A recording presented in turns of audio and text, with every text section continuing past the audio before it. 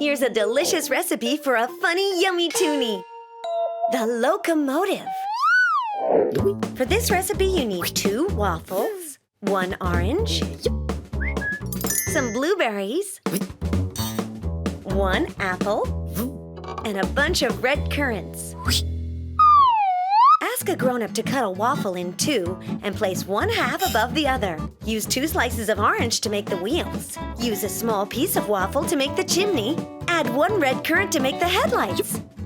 And use some segments of apple to make the pistons, which drive the locomotive. Finally, add some blueberries to make the smoke. Choo-choo! Ooh, yum, yum, yummy! It's your turn now. Come back soon for another recipe. Yum, yum, yummy!